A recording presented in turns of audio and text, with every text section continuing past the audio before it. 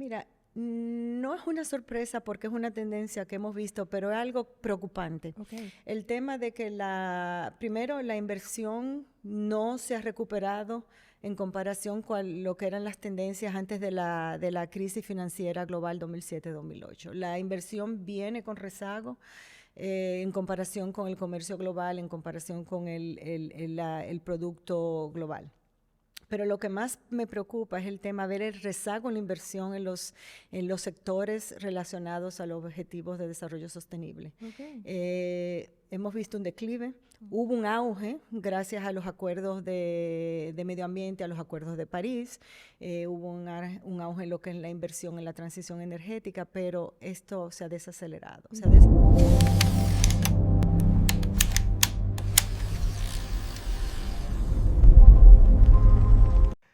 Bienvenidos. Hoy en Intangiblia conversamos con una mujer que lleva décadas poniendo los datos al servicio del desarrollo y que ha trabajado desde adentro y desde fuera del sistema económico global.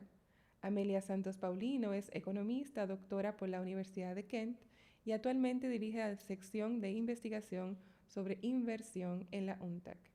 También ha sido economista en el Banco Central de la República Dominicana, investigadora del Instituto de Estudios de Desarrollo en Sussex y UN Wider, y asesora en las negociaciones de DERECAF. Su enfoque combina rigor empírico con una obsesión productiva. ¿Cómo aseguramos que la inversión extranjera, el comercio y las reglas del juego económico realmente beneficien al desarrollo sostenible? Hoy hablamos de capital, de reglas, de desigualdad y de oportunidades reales. Bienvenida.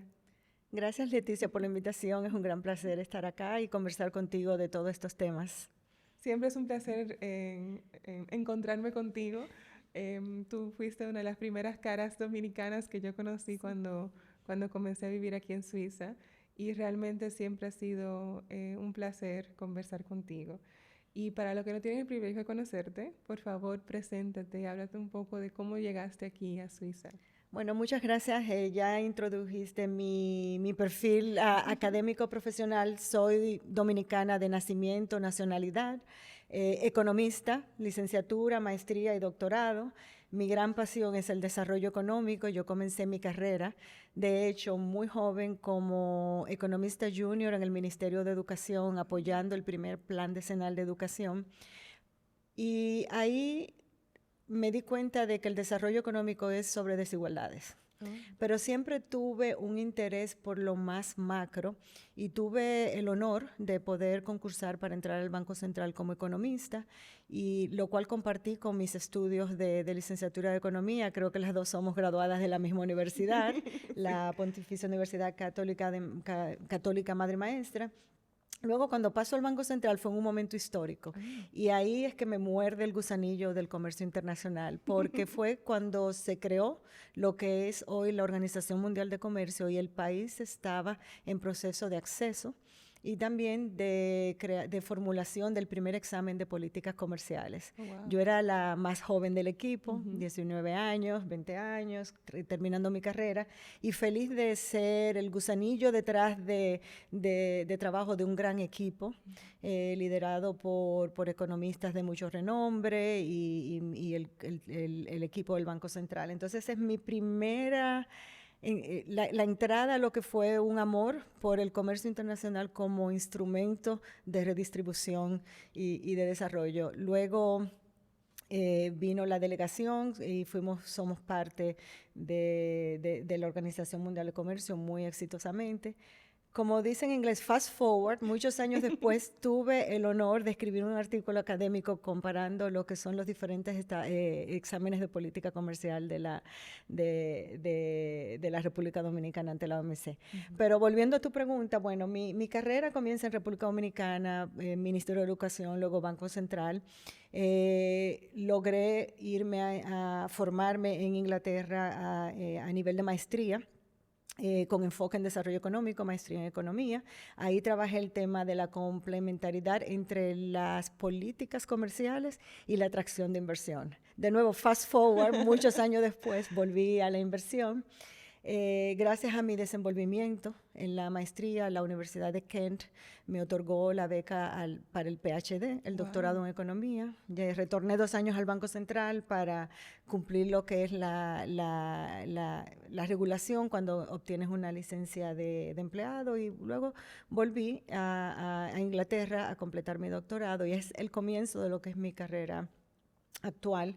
Mi primera posición fue como académica, lo que se llama en academia tenure track, con la Universidad de Sussex, el Instituto de Investigación de Desarrollo Económico, que ha formado muchos economistas, y luego por cuestiones del destino volví a República Dominicana un año licencia sabática para poder contribuir a las negociaciones del Tratado de Libre Comercio, el DR-CAFTA.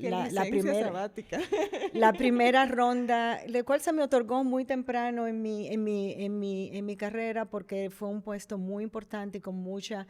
Creo que fue un laboratorio de aprendizaje. Claro, totalmente.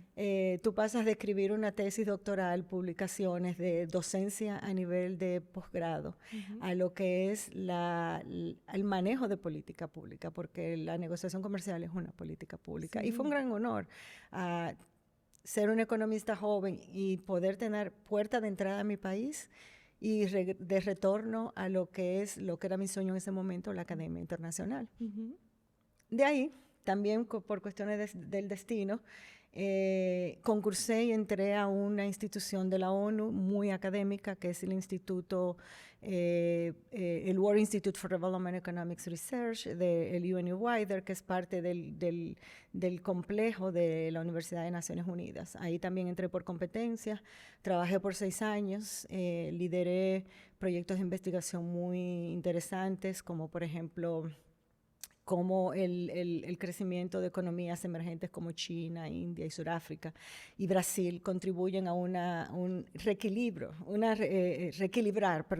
lo que es la economía global. Y también me enfoqué porque para mí mis raíces son muy importantes, sí, en lo que hago, en lo que escribo, y siempre a mí me ha preocupado la realidad de los estados insulares, de las islas, y comencé un proyecto con unos colegas que era enfocándonos en islas, comparando el Pacífico con el Caribe, y luego este proyecto se expandió a estados fallidos, grupos frágiles y estados vulnerables, y fue un proyecto bellísimo porque vimos lo macro, lo micro, y bueno, fueron 6 años muy productivos.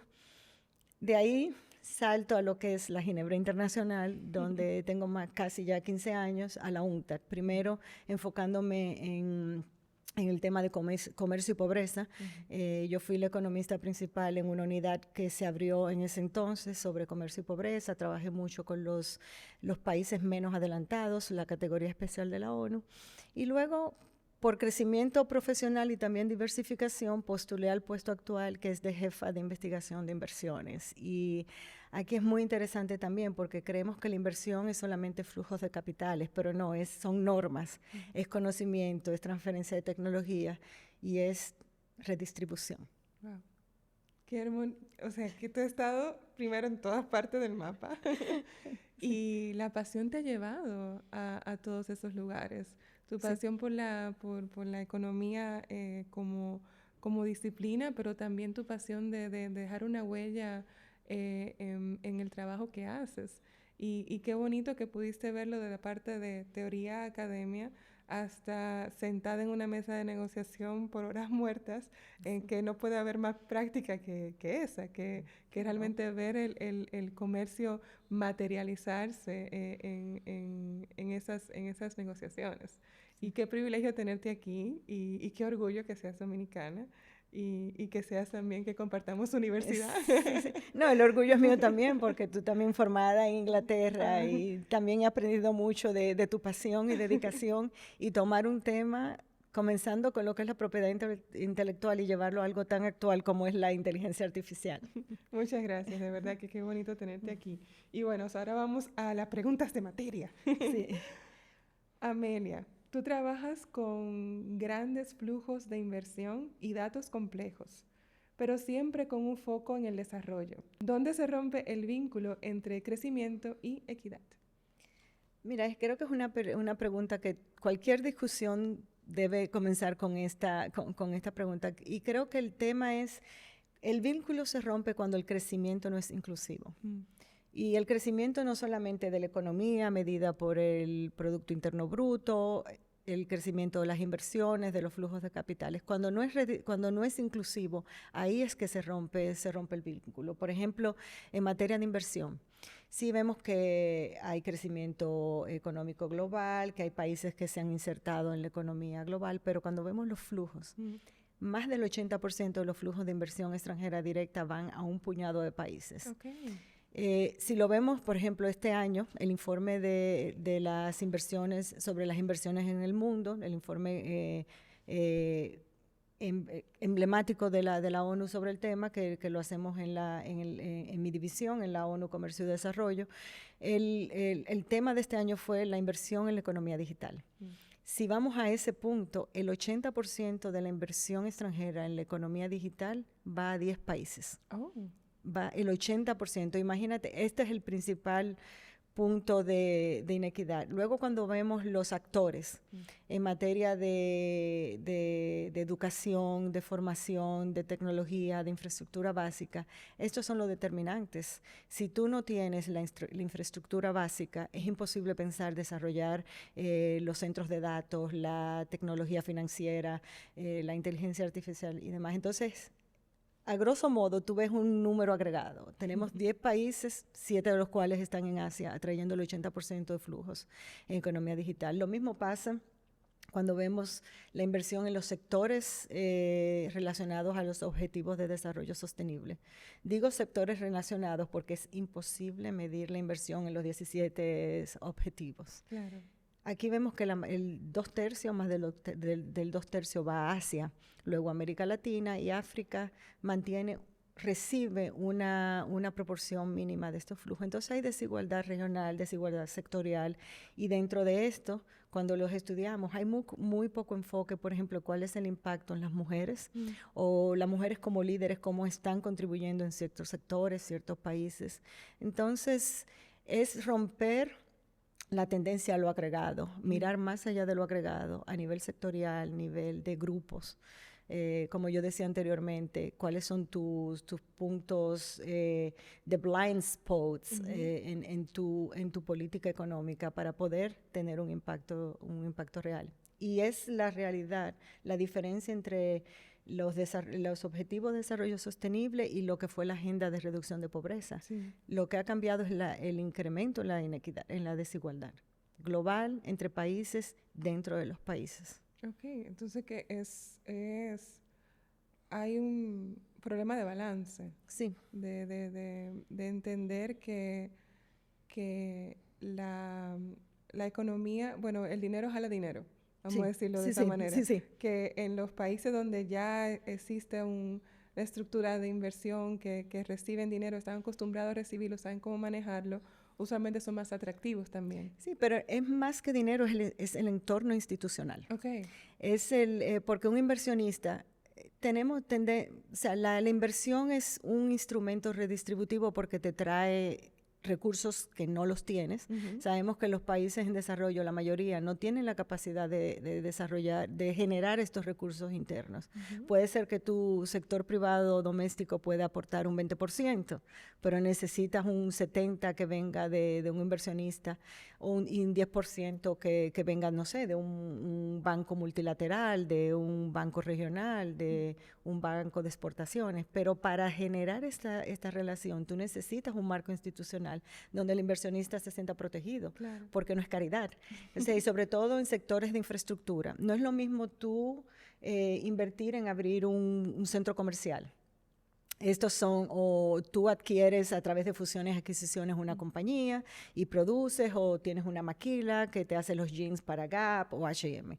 No es lo mismo que tú invertir en una planta de energía renovable en una planta de procesamiento de basura, de agua. Estos son sectores que la inversión es más alta, se hace al principio y son más riesgosos porque muchas veces están protegidas por la legislación nacional o son recursos escasos o recursos protegidos. Entonces ahí es que viene la complejidad de lo que es la política nacional y la política internacional. Recuerda que la inversión no tiene una casa como la Organización Mundial del Comercio. Claro. Y aquí el litigio puede ser más peligroso, pero podemos volver a este tema. Entonces el punto es que los inversionistas quieren tener un marco macroeconómico estable en el país donde invierten, no tenerlo, verlo, porque es un proceso exógeno a ellos. También la estabilidad política, los recursos naturales, la calidad del personal técnico en estos países. Yo he visto casos donde tienes el recurso natural, pero no tienes los ingenieros, los economistas que puedan llevar el proyecto, diseñar el proyecto, implementar el proyecto de inversión. Para hacerlo viable. Para hacerlo viable. Ok, entonces es todo un ecosistema. Un ecosistema general, totalmente. Diriges la sección que alimenta el World Investment Report. ¿Qué es lo que más te ha sorprendido este año analizando las tendencias globales? Mira, no es una sorpresa porque es una tendencia que hemos visto, pero es algo preocupante. Okay. El tema de que primero la inversión no se ha recuperado en comparación con lo que eran las tendencias antes de la crisis financiera global 2007-2008. La inversión viene con rezago en comparación con el comercio global, en comparación con el producto global. Pero lo que más me preocupa es el tema, ver el rezago en la inversión en los sectores relacionados a los objetivos de desarrollo sostenible. Okay. Hemos visto un declive, hubo un auge gracias a los acuerdos de medio ambiente, a los acuerdos de París, hubo un auge en lo que es la inversión en la transición energética, pero esto se ha desacelerado. Se ha desacelerado porque, como decía anteriormente, son sectores que necesitan un marco institucional muy fuerte, no solo nacional, sino global. Entonces, las tendencias de conflictos geopolíticos, el tema del mercado cambiario, las altas tasas de interés, muchos inversionistas han tomado un enfoque más cauteloso en la inversión. Entonces, la inversión se ha desacelerado. Y lo que es más preocupante es que si tú comparas, nosotros en la UNTER estimamos en el 2015, cuando se lanzó la Agenda 2030, cuál era la brecha de inversión, las necesidades de inversión para alcanzar los ODS, los Objetivos de Desarrollo Sostenible. En ese entonces era 2.5 miles de millones de dólares. Ahora se ha duplicado. Oh, wow. Estamos a 5 años de la Agenda 2030 y tenemos que la brecha está más lejos. La brecha es mayor. Los recursos que se necesitan para alcanzar los objetivos de desarrollo sostenible son más. Entonces, aquí hay dos temas. Uno es que las necesidades han aumentado por los cambios climáticos, por las guerras, por los conflictos bélicos y por las necesidades que no han sido atendidas. Tenemos que, por ejemplo, y no quiero darte mucho, bombardearte con muchos datos, pero si vemos el tema del cambio climático, el 80% de la inversión va más a la mitigación al cambio climático que a la adaptación. Okay. Entonces, si vemos que no estamos preparando las comunidades, los países, para enfrentar lo que son los ciclones, huracanes, las sequías, ¿cómo podemos alcanzar las metas? Y de nuevo, esto nos lleva de nuevo al círculo al punto inicial. La adaptación climática en materia de legislación es muy compleja y muchos países tienen muchas complejidades estructurales para recibir inversión en esos sectores. Entonces tenemos que ver cómo, y es más difícil la tasa de retorno para los inversionistas. Entonces, cómo nivelar esto es un tema importante. Y a mí, como tú dices, o sea, lo que más me choca es que vemos las noticias, están ahí. No solamente los países en desarrollo, mira Texas. Sí. Entonces, la infraestructura es básica y todavía hay mucho por hacer en materia de movilización de capital y hay una responsabilidad global, porque no solamente son los inversionistas, son las agencias multilaterales, los organismos financieros internacionales. Hay que repensar la arquitectura financiera internacional para hacer los procesos más viables. Sí, porque si solamente se enfocan en mitigar, el Sí. problema siempre va a estar ahí, va a estar Sí. latente y va a surgir y va a ser un problema que se va a volver imposible incluso hasta mitigar, Claro, porque va a estar en todas partes. claro, Entonces hay que ir a la raíz del claro. problema para desacelerarlo, porque hay muchos que dicen que ya no se puede parar. Sí, y ahí viene el tema de por qué la investigación es importante, porque, por ejemplo, en el 2023 publicamos el tema del informe sobre las inversiones en el mundo, fue la inversión en la transición energética. Y vemos que los países tienen muy poco entendimiento o muy poca incorporación de lo que son las necesidades de inversión en sus planes de transición energética, en lo que se llama las contribuciones determinadas nacionalmente, que es lo que se presenta a la COP.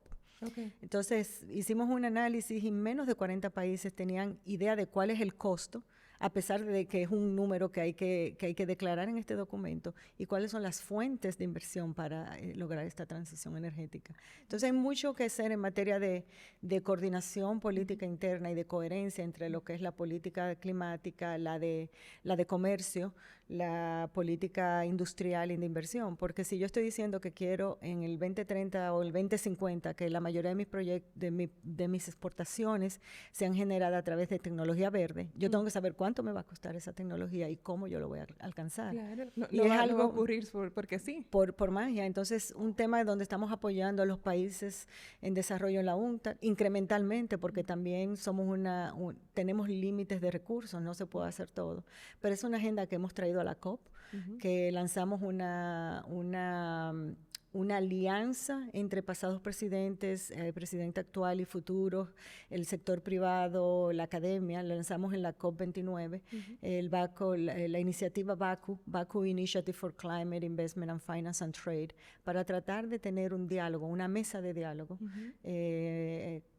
coordinada por la UNCTAD, el PNUD, para ayudar a los países a entender estas cosas. Ok, es una herramienta muy interesante.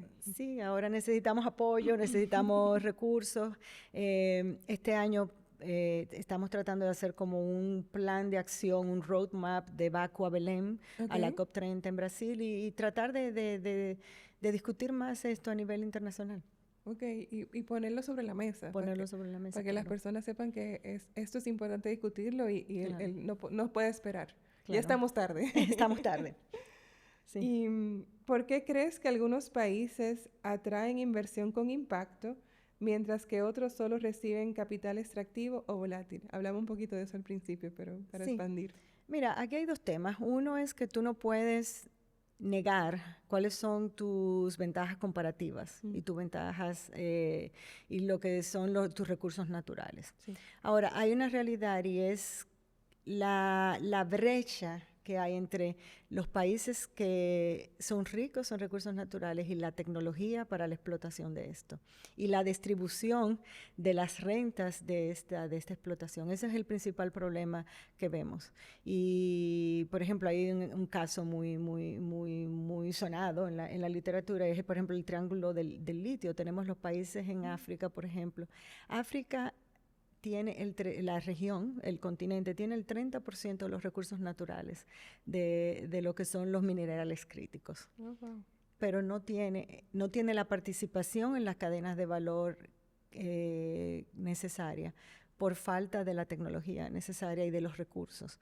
Y hay veces también que hay una brecha entre lo que son tus recursos y cómo tú presentas tus recursos ante los inversionistas. Entonces, lo que nosotros llamamos preparación de proyectos importa, ayudar a los países a preparar proyectos que sean beneficiarios para ellos como países, para sus comunidades, y que los inversionistas también obtengan su tasa de retorno, que al final es un negocio. Es algo que importa. Pero esto es en materia de lo que es los recursos naturales, lo que son los minerales críticos, los recursos básicos. Cuando vamos ya a lo que es más manufactura y demás, es una realidad que por muchos años el modelo de de inversión extranjera directa fue buscando mercados en una mano, pero también buscando mano de obra barata. Entonces, con lo que es la transformación económica global, esto está cambiando y también debe cambiar la forma en que los países ofrecen su portafolio de inversión, porque ya hay más sofisticación en materia de lo que es el comercio. También tu mano de obra debe evolucionar. Sí. Y lo que hemos visto ahora en el contexto de los conflictos globales, que inversionistas tratando de evitar las guerras comerciales se están yendo a otros destinos y se están yendo a países que tienen la mano de obra calificada para absorber esa inversión. Entonces, la inversión no se puede ver en separado de lo que es tu Plan Nacional de Desarrollo. Está el tema de la volatilidad que tú mencionas. Otro tema importante es el mercado de capitales, que no se discute mucho en lo que son las conversaciones de desarrollo económico, y es algo también que la UNCTAD ha contribuido bastante a través del informe que publicamos anualmente. Ha habido un boom en lo que son los productos de mercados de capitales, en los bonos verdes, en los bonos de sostenibilidad social.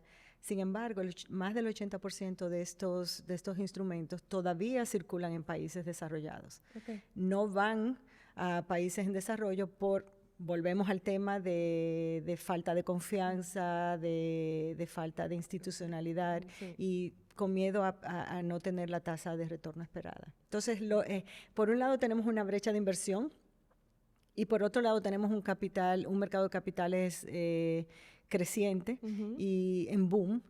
Entonces, ¿qué podemos hacer como organismos internacionales para que estos mercados, estos flujos vengan a los países en desarrollo? Es un tema importante. Para crear el puente. Y claro, cerrar la brecha. Y cerrar la brecha, así mismo. Has trabajado desde América Latina, África, Asia, Europa. ¿Hay una narrativa de desarrollo dominante que te gustaría ver desmontada? Hay varias.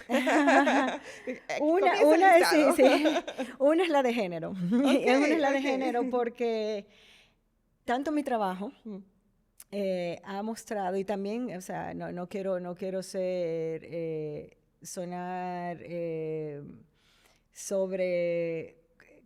con una confianza extrema, pero el trabajo de la Premio Nobel de Economía, Esther Duflo, y mi trabajo sobre la tecnología y cómo la inversión puede ser un vínculo para reducir la inequidad de género, es que las mujeres traen más diversidad a las empresas y a los países.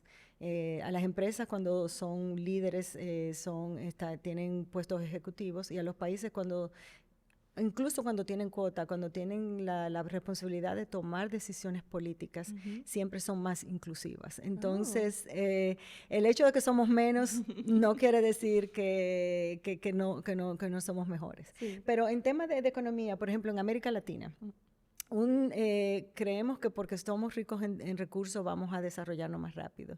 Y es un tema que ha mostrado que por años muchos países, aunque sean ricos en recursos naturales, están todavía rezagados en materia de indicadores de desarrollo. Entonces, sin estrategia de diversificación clara, no podemos hablar de desarrollo. Ese es el primero. La idea de que los recursos naturales nos harán ricos, ese es el primer mito. El segundo es que la ayuda internacional va a resolver todos los problemas de África, y que África no recibe inversión por falta de calidad. Yo lo que llamo hay puntos de excelencia, y hemos visto que la ayuda internacional, si no se canaliza para procesos productivos, puede empeorar la situación de estos países. Claro. Y como decía anteriormente, tenemos la región posee gran parte de los recursos naturales, de los recursos críticos mundiales, y lo que necesitamos es mayor apoyo para mejora institucional y también más integración regional. Entonces, que la falta de inversión es por falta de calidad, ese es otro mito. Y el tema de Europa, de que ya llegamos al tope y Estados Unidos, ya estamos desarrollados. Si vemos las desigualdades regionales en estos países, muchos historiadores económicos lo han hecho, hay regiones, subregiones que son más pobres que países en África y América Latina. Oh, wow. Vemos también que la falta de inversión en infraestructura, por ejemplo, en Estados Unidos, en Europa, también puede tener un efecto rezagador. Y caso Europa, la participación global de Europa en materia del PIB, por ejemplo, anteriormente era casi a par con Estados Unidos, ahora es un 60% de la capacidad económica de Estados Unidos. Entonces, países desarrollados ya llegaron al tope del desarrollo. Es un mito que tenemos que ver y se transforma y se refleja en lo que son las transformaciones políticas, en los procesos políticos en estos países y demás. O sea, país desarrollado no equivale a que ya llegamos al tope del horizonte de desarrollo. O sea que el tema es que el destino no es ser un país desarrollado y ya, sino es seguir construyendo, seguir generando oportunidades, valor y seguir creciendo como economía para poder mantenerse, porque de un día para otro las cosas cambian. El desarrollo es un proceso, no es un fin. El Exacto. desarrollo, y un conflicto bélico puede destruir años de progreso y de construcción. Claro, totalmente. O lo que vivimos todos hace unos años que con la pandemia, que todo el mundo se paró. El mundo se paró y es algo que puede volver a pasar por otro motivo, por el mismo. Pero son cosas que hay que estar preparados. Sí, y una gran diferencia, y es una realidad que los países desarrollados tienen, y lo vimos durante la pandemia, es la flexibilidad fiscal de poder apoyar a sus sectores productivos, que no la tuvieron los países en desarrollo durante COVID, y por eso pudimos ver que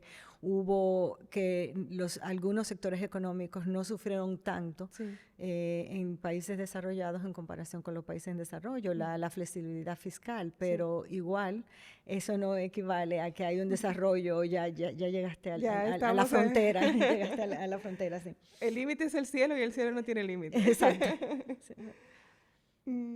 ¿Cuál es el papel real de los acuerdos de inversión y comercio en la promoción del desarrollo? ¿Protegen, condicionan o permiten? Excelente pregunta, pero me gustaría dividirla en dos, los acuerdos comerciales y los acuerdos de inversión. Como comenté anteriormente, los acuerdos comerciales están reglados y tienen el organismo regulador que es la Organización Mundial de Comercio. Aquí los países se someten a reglas, hay procesos de solución de diferencias, aunque algunos no estén marchando actualmente. Hay reglas que los países se adhieren y están ahí. La inversión no. La inversión se regula a través de lo que son tus políticas nacionales de inversión o crecientemente lo que son los acuerdos internacionales de inversión o acuerdos bilaterales de inversión. Claro que protegen los capitales, claro que condicionan las políticas y si se negocian bien son un instrumento para ayudar a los países en desarrollo. Pero ¿qué pasa? En un universo de más de 3.000 acuerdos, alrededor de 3.000 acuerdos internacionales bilaterales de inversión, la mayoría son de generación antigua. Es decir, cuando se diseñaron estos acuerdos no tenían la sostenibilidad, la igualdad como parte de sus cláusulas. Y eso ha conllevado a un gran número de litigios entre el Estado y el inversionista. Estos son acuerdos entre inversionistas y Estado. Muchas veces la mayoría de los litigios perjudican a los países en desarrollo.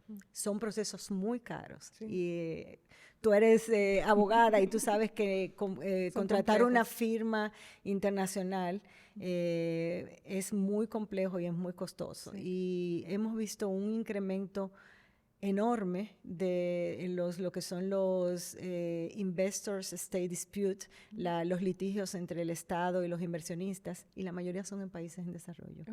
Y en un estudio que estoy haciendo actualmente, que lo vamos a lanzar antes de la COP, vemos que la mayoría de estos son relacionados a la transición energética. Entonces, de nuevo volvemos a la complejidad de algunos sectores, pero si son diseñados bien y si el Estado, cuando se trata sobre todo de un país en desarrollo, tiene la flexibilidad de regular, entonces son un instrumento importante. Y en UNCTAD también tenemos un liderazgo en esto de apoyar a los países a transformar los antiguos, los tratados de vieja generación a nueva generación. También se están incluyendo más en procesos regionales, por ejemplo, en el Acuerdo Continental Regional de África. Hemos apoyado para que esto sean no solamente los capítulos de inversión en tus tratados de libre comercio, pero sino los acuerdos bilaterales que los países firman. Y no es solamente un problema de la sostenibilidad, el medio ambiente, por ejemplo, género. Sí. Y también fue un tema que yo trabajé en la UNTA y tenemos un informe de investigación. De este universo, cuando hicimos la investigación, habían solamente 4 acuerdos que tenían cláusulas claras de protección de género y política de género. 4. Ahora 6, 7. ¿De cuántos?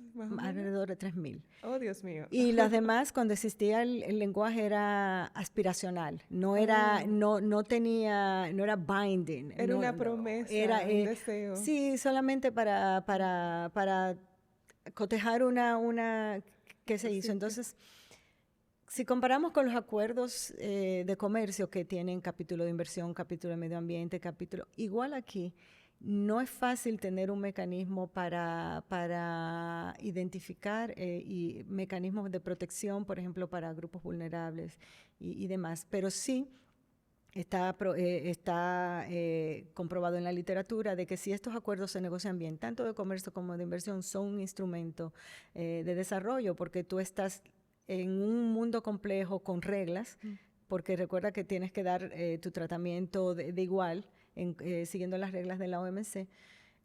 Hay muchas violaciones, entonces es un instrumento, si se negocian bien, de garantizar de que sea un instrumento de redistribución entre los países firmantes, entre los socios, y no de destrucción de comercio. Y que el efecto baje desde lo que es la relación bilateral o multilateral a lo que son tus productores, tus consumidores, las mujeres, los niños y demás. Que realmente se permee a todos los estratos de la sociedad. Sí. Y no sé si estás familiarizada, probablemente sí, porque tú eres una genia en todo. Cuando se invierte en una mujer, se multiplica más. Sí. Y está comprobado que la manera en que una mujer maneja un cambio de inversión en su vida, un cambio económico en su vida, impacta más a la comunidad en la que se desarrolla. Y es un tema como con eso me decía, hablaba de la manera en que las mujeres son líderes, la manera en que la mujer se maneja, es inclusiva de naturaleza. Exacto. Y diste en el punto, es la mentalidad inclusiva, no solamente en la toma de decisiones gerenciales, sino también de cómo se utiliza el capital productivo. Y está probado no solamente a nivel de exportaciones de grandes productos, a nivel de microempresarias, la microempresarias, pequeñas empresarias y las cooperativas. Sí. Y las cooperativas también. La OMC, el Centro de Comercio Internacional ha hecho estudios sobre esto también, del efecto multiplicador de la mujer como comunidad productiva. Sí, es hermoso, es hermoso. Sí. Nosotros creamos una selva de una matita. Totalmente, totalmente.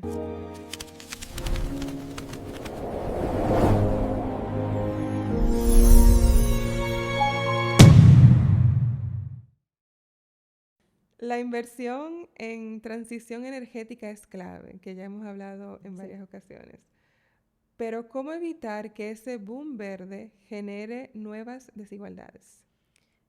Es una realidad y hay varios temas acá. Uno es lo que es la infraestructura básica y el acceso a energía. Estamos hablando de una transición energética, de lo que los países se han comprometido a través de la Conferencia de las Partes a una transición energética, un equilibrio, ya sea de aquí al 2025, 2030, 2050. Sin embargo, tenemos que recordar que hay muchos países que no tienen acceso básico a la energía, no tienen infraestructura básica. Sí. Entonces, aquí lo que es una limitación se puede convertir en una oportunidad para lo que sería una leapfrog, un brinco a lo que es una energía más limpia.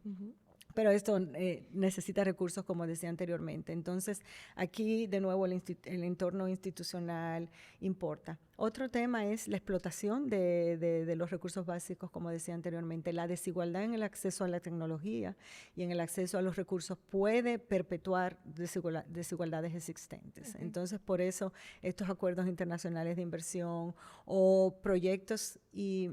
Aquí hay un tema, o sea, lo que son las alianzas público-privadas se han visto con mal ojo por el tema de manejo, de gobernanza, de corrupción, pero es un vehículo importante si logramos traer al país en desarrollo a conversar en la mesa de negociación con el inversionista, un banco regional que le provea la capacidad técnica que falta en el país. Entonces, este es un vehículo para ayudar a que los países puedan alcanzar esta transición energética en materia igual sería el objetivo, pero de no ser penalizados en el proceso. Por ejemplo, de nuevo, cuando hicimos el estudio de la transición energética, la inversión, vemos que si hay una participación del Estado, porque recuerda que mucho de nuevo estos son entes públicos, la energía, el agua, sí, son bienes públicos. Sí. Si tenemos una participación del Estado, tenemos la participación del sector privado, un banco regional o el Banco Mundial o la iniciativa de un país como China, la ruta de la seda y demás. Esto puede ayudar a reducir el costo del capital de los países hasta en 40%. Entonces, las alianzas ayudan si son hechas también de una forma favorable. Y es un tema que lo hemos vuelto a traer a la mesa porque se ha demostrado de nuevo que si se hace de una forma que beneficie a todas las partes envueltas, beneficia más al país en desarrollo. Pero hay 3 temas que sí tenemos que tomar en cuenta. Es las desigualdades territoriales, que no haya desplazamiento y por eso involucrar las comunidades es importante. Recientemente hemos discutido con varios ministros de Medio Ambiente, incluyendo República Dominicana, y la conversación con la comunidad es importante porque tú vas a cambiar una forma de vida. Y asegurarle a esta comunidad que cualquier explotación o la instalación de una nueva planta solar no va a cambiar lo que es el equilibrio medioambiental es importante. Entonces, ese es un tema. Las desigualdades laborales, muchas veces no tenemos los perfiles técnicos en los países, como decía anteriormente, o se tiende a beneficiar ciertos perfiles técnicos. Entonces, hay que pensar también como hacedores de política en estos temas y lo que luego sería también la desigualdad entre países. ¿Qué países tienen dominio de cierta tecnología o no, o, sí, de cierto proceso industrial o no? Entonces, esos son 3 temas importantes para que la transformación verde no sea otro instrumento de desigualdad. Sino que realmente que los beneficios sean una realidad y sea una realidad sostenible. Claro. Porque puede ser una realidad de unos años, pero la idea es hacer un cambio que quede por generaciones. Sí, totalmente. Has sido asesora técnica, negociadora, investigadora y funcionaria. ¿Qué ves desde adentro que muchas veces se malinterpreta desde afuera? Mira, yo tuve, como comentamos anteriormente, he tenido el honor, la dicha de estar dentro de procesos, no solamente de negociación comercial. Cuando era una economista muy joven en el Banco Central, también daba apoyo a lo que eran las visitas del artículo 4 del Fondo Monetario Internacional, que es lo que hace la radiografía de tu economía para ver la salud de tu economía. Entonces, todo esto... Hay una visión de que estos son procesos simplistas, lineales, los cuales no lo son. Son procesos complejos de materia técnica, política y también de ética. Y algo que, siendo funcionaria internacional, que veo que a veces se malinterpreta, es la calidad del recurso técnico local. A veces se subestima la calidad del recurso técnico local y es un error, porque cuando yo he sido interlocutora desde afuera, y desde adentro veo que a veces se subestima la capacidad técnica y algo que no se entiende, que tal vez la población no entiende, es la cantidad de estudios, la cantidad de análisis, de negociaciones que hay detrás de estas negociaciones. Por ejemplo, antes de la inteligencia artificial o de los códigos para leer palabras claves en un tratado de libre comercio, tú recibías un tratado tú vas a negociar con el país X, tú recibías la copia del tratado que ellos negociaron con el país Z, la noche antes, este documento tiene 600 páginas. Oh, wow. ¿Cómo tú lo devoras en la noche antes de ir? Sí. Y esas eran realidades, por ejemplo, para darte un ejemplo. Y eso, algo que yo vi y que me llenó de orgullo fue ver todos los jóvenes trabajando junto con personas, con profesores de las universidades, tratando de entender cuál es la realidad y cómo iba a afectar a cada miembro de la República Dominicana. A mí me llenó de orgullo. Hermoso. Abogados, economistas, y sí hay lobby, porque cada sector quiere mantener su renta y mantener su cuota, pero que todo se hace por beneficio individual es un gran mito, porque realmente cuando tú estás ahí sin dormir varias semanas, varias noches, lo que tú piensas es cómo mi país, cómo los líderes de turno pueden darle la cara a su país de que su país no perdió en materia económica, en materia social, en materia ambiental. Entonces, algo que no se entiende bien es que sí hay mucho consenso. Que no es cierto que el sector industrial quiere avasallar a otro sector. Hay consenso, pero son dos partes, claro, y tenemos que hablar. Y algo también que es una realidad es que los tratados norte-sur, siempre el del sur tiene que, is the taker, not the giver. es una realidad. Recibe, sí, claro. Es quien recibe las normas y en muchos casos es lo tomas o lo dejas. Sí. Y la cual es frustrante cuando tú estás en la parte que tiene que tomar. Pero yo soy economista formada muy pragmáticamente y creo que los acuerdos comerciales son necesarios para organizar el comercio. Y como las reglas han cambiado, la forma en que nos relacionamos también tiene que cambiar, evolucionar. Sí, negociar un tratado ahora no es lo mismo que negociarlo hace 20 años. Exacto. Es totalmente diferente. Y también el tema de las capacidades y el entendimiento de qué es un tratado se entiende mucho mejor ahora y se ve de una manera mucho más global y con una estrategia mucho más clara. Y por ejemplo, en la condición actual donde se están tratando de reescribir las reglas, esto mantiene... Creo que la paciencia es el mejor aliado, una fina lectura de todas las implicaciones, porque, como decía anteriormente, no es solamente política comercial, no es solamente un arancel, es la política, una medida técnica en contra de las inversiones en tal sector, o es una política industrial. Es una política macroeconómica, una política fiscal. Entonces, un complejo, y aquí la capacidad técnica importa mucho y la formación técnica importa mucho también. Sí. Y eso tenemos muchos. Sí. ¿Y qué papel deberían jugar las mujeres economistas y tomadoras de decisión en las políticas de inversión? ¿Seguimos siendo subrepresentadas o subescuchadas?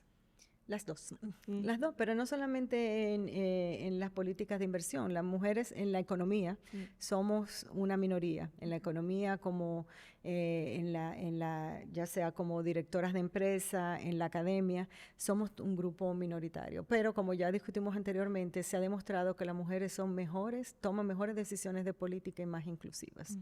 Y no quiere decir que no estemos en las aulas. Sí, estamos en las universidades sobre representadas, pero aquí es cuando se intersectan lo que son las normas, los procesos culturales y la parte real. Entonces, desde cómo te vistes, de cómo te presentas, de cómo hablas, hasta lo que... te voy a hacer una anécdota. Hace 10 años yo estuve en un panel y creo que era la única mujer, tal vez había otra, pero mayor que yo. Y la persona que estaba al lado de mí tenía su celular y me dice, estoy buscándote en Google porque tú eres tan joven que no puedes creer que estés en este panel. No. En medio del panel. Entonces, como decía una economista que recibió el premio Nobel recientemente, Claudia Goldin, hay veces cuando ella caminaba en Harvard tenía que hacer un tour de su ego.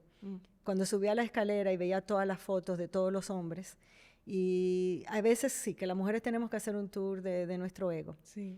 En términos de liderazgo, Ginebra es la excepción. Tenemos la OMC, la UNCTAD, tenemos varias agencias lideradas por mujeres, lo cual es un voto de confianza para las generaciones más jóvenes. Sí.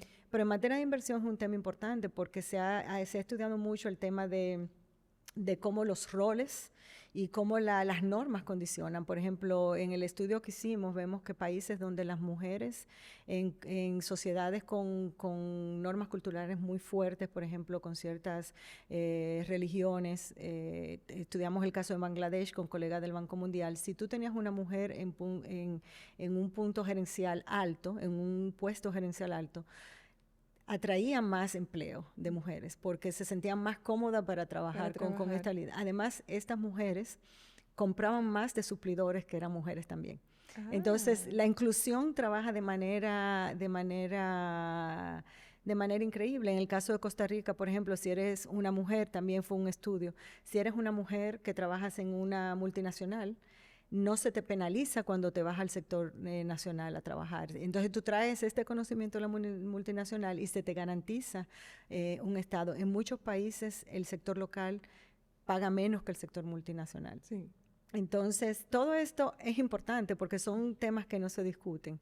Otro tema que vimos es que si el país de origen de la multinacional da compensación, da lo que se llama incentivos a la empresa a que se comporte en el país donde ellos invierten como ellos se comportan en el país de origen. Por ejemplo, eres una multinacional de Holanda, inviertes en Brasil. Si te comportas en Brasil en materia de lo que son tus normas laborales, se te da un incentivo fiscal.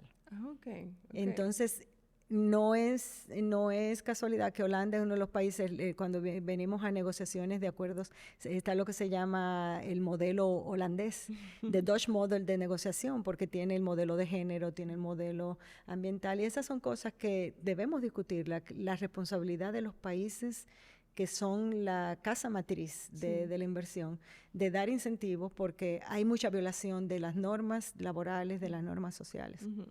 En los países donde se invierte. Y la mujer, aparte de socialmente y culturalmente, somos las que tenemos la carga no solamente laboral, pero también de llevar el hogar, de llevar la familia, si tiene hijos, de ocuparse de ellos, pareja igual, o sea que la mujer usualmente está dividida en 50 diferentes roles. Sí. Y eso hace que... La economía del cuidado. La economía del cuidado que no es pagada. Y yo estaba viendo hace unas semanas cómo afecta la carrera de una mujer cuando tiene hijos. Y cómo muchas veces nunca jamás se recupera. Sí. Y todo depende de la política que existe en el país donde se embarazó y tuvo los niños. Sí, claro. Porque si hay una maternidad que está protegida, que si la cuida, que tiene seguridad laboral y todo lo demás, la afectación no es tan grave. Pero cuando es en lugares donde las políticas son prácticamente inexistentes o inaplicables, o te penalizan por por elegir ser madre o adoptar o tener hijos, es totalmente desastroso para la carrera de una mujer. Y llega un punto de que nunca llega al lugar donde hubiese llegado si no hubiese tenido hijos. No, y no es solamente un tema de género, es un tema de familia. Sí. Yo viví 6 años, yo trabajé 6 años en Finlandia, los países escandinavos. La licencia de maternidad no es maternidad, es de la pareja, porque tú como padre o como madre o como co-parents, quieres tener ese tiempo con tus niños. Pero, por ejemplo, de nuevo, o sea, algo que nosotros hemos tratado de estudiar cuidadosamente, ¿cómo se toman, por ejemplo, las decisiones gerenciales? Cuando vemos las grandes multinacionales, nosotros tenemos un ranking de las 100 multinacionales más grandes en materia de ventas, de activos. Solamente 25 reportan indicadores de género y solamente se quedan a nivel de gerencial alto, de board.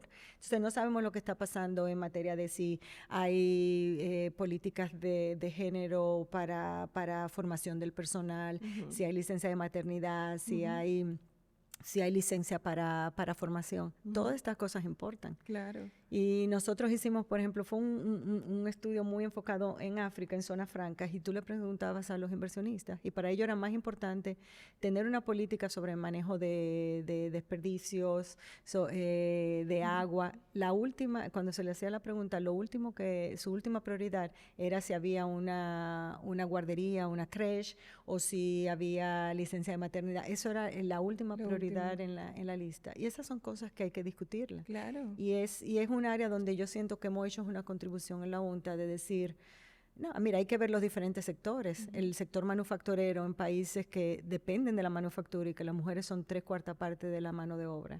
La tecnología.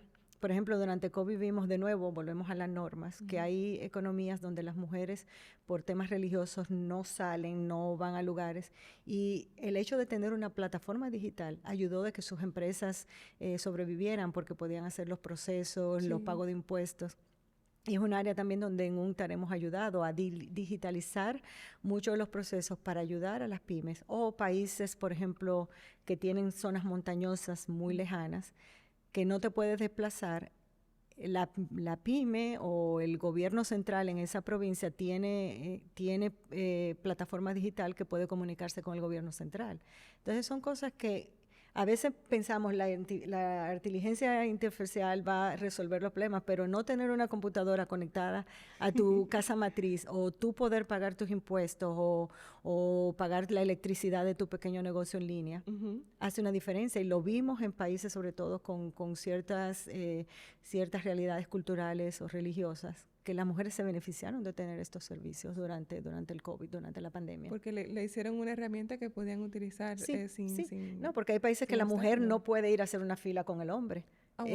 Por ejemplo, países de ciertas musulmanes o de ciertas religiones, tú no puedes, la mujer no tiene el mismo roce social que en otras economías, o no hay una ventanilla única para ciertos servicios, y el tener el servicio digital ayudó bastante a este tipo de realidades. Sí, porque desaparece el obstáculo en ese sentido.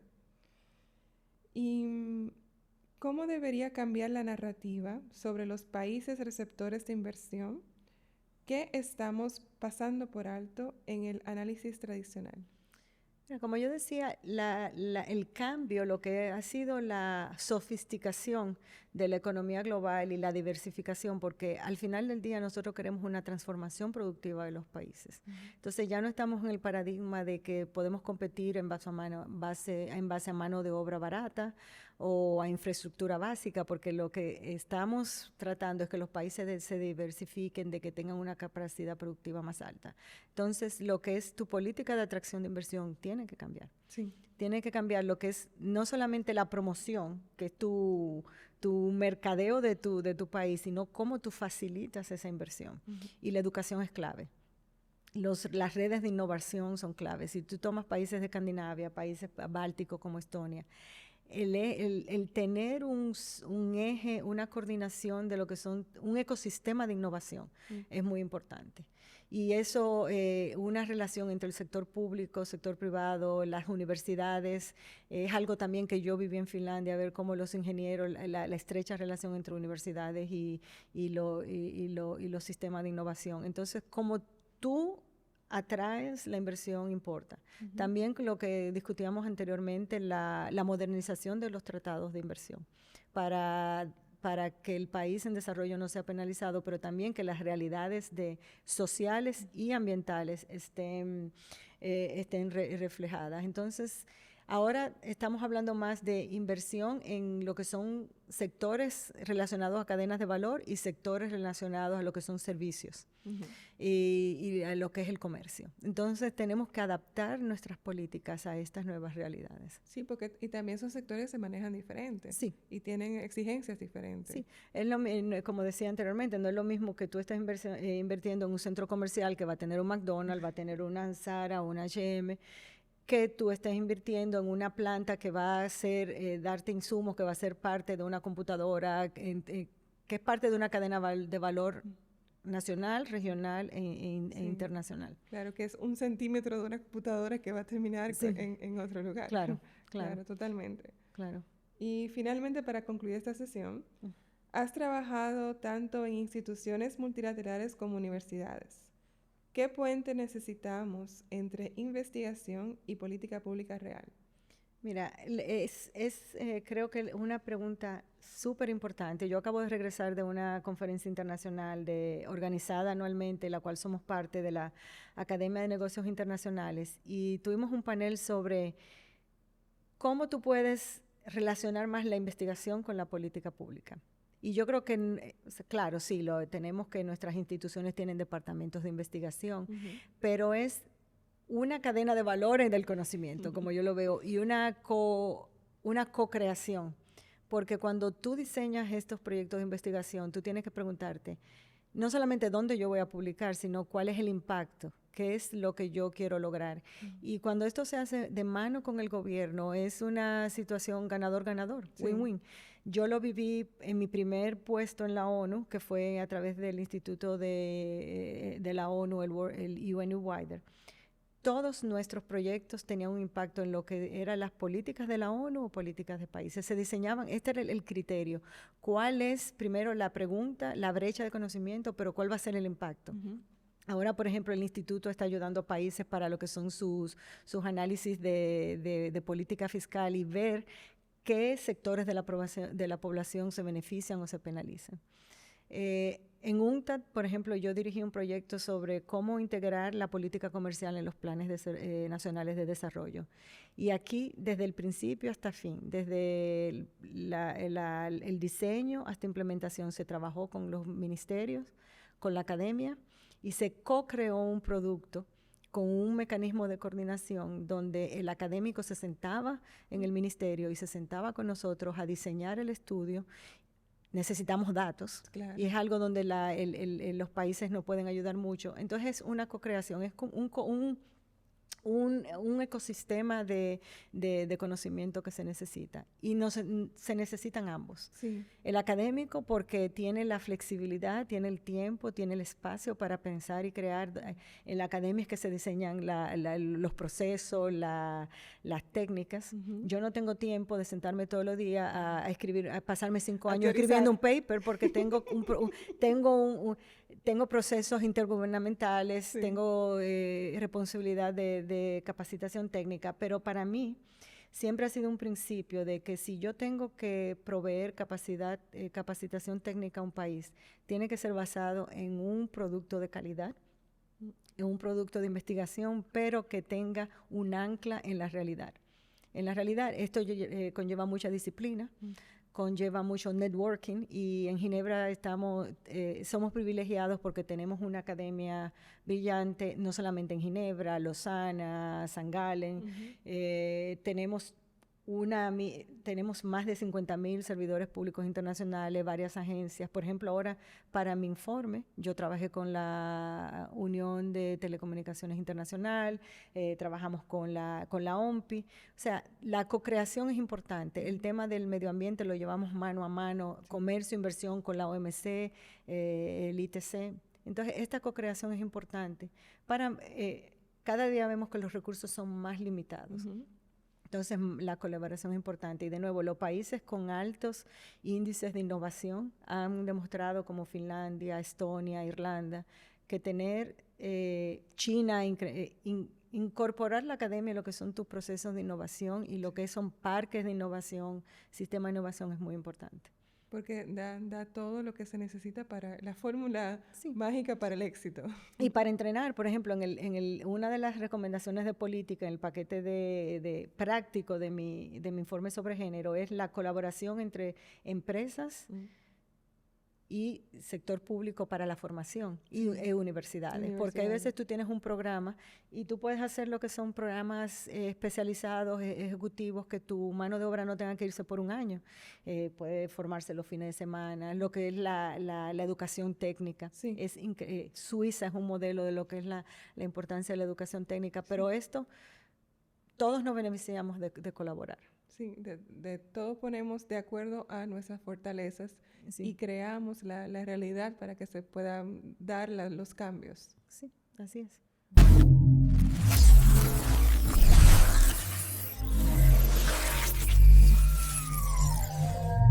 Bueno, Ahora vamos a una parte más ligera, a jugar un poco. Sí. Primero comenzamos con la sesión flash. Tienes que elegir una de las opciones que te voy a dar. Puedes elegir ambas o ninguna. Ok. Si quieres justifica, si no, no. Ok. ¿Lista? Lista. ¿Crecimiento rápido o crecimiento justo? Justo. ¿Modelo económico global o estrategia nacional? Estrategia nacional que complementa el global. Ok, ambos. Ambos.